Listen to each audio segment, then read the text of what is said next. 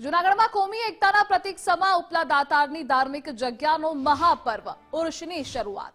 દાતાર બાપુ જે ધારણ કરતા હતા તે અમૂલ્ય આભૂષણોની ચંદન વિધિનો કાર્યક્રમ જગ્યાના મહંત શ્રી ભીમ બાપુની નિશ્રામાં સંપન્ન થયો।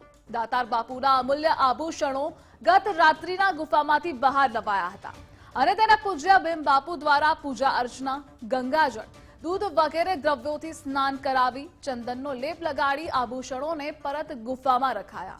कार्यक्रम में धारासभ्य संजय कोरडिया, पूर्व मेयर ज्योतिबेन वाछाणी सहितना आगेवानो अने पोलीस हाजर रह्या।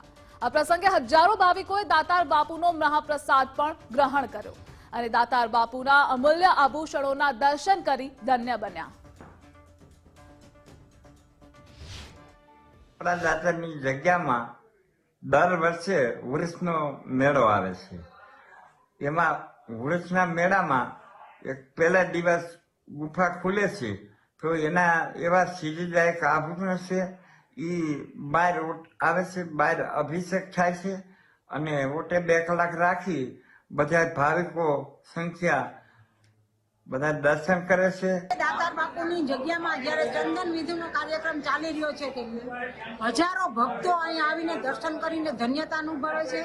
હું પણ એક દાતારના સેવક તરીકે ઘણા વર્ષોથી ચંદન વિધિમાં હાજરી આપું છું, ત્યારે આજે ચંદન વિધિના આભૂષણો, પોખરાજ ને કુંડળ ને વર્ષો જૂના અને એની કિંમત કાંઈ ન કરી શકીએ એટલી એની દેજ અને એના દર્શન કરી અને વર્ષમાં એકવાર એનો અનુભવ થાય છે, ત્યારે હું ધન્યતા અનુભવું છું। આજે આ ઉર્સનો મેળો શરૂ થયો, એમાં પહેલો દિવસ એટલે ચંદન વિધિનો દિવસ।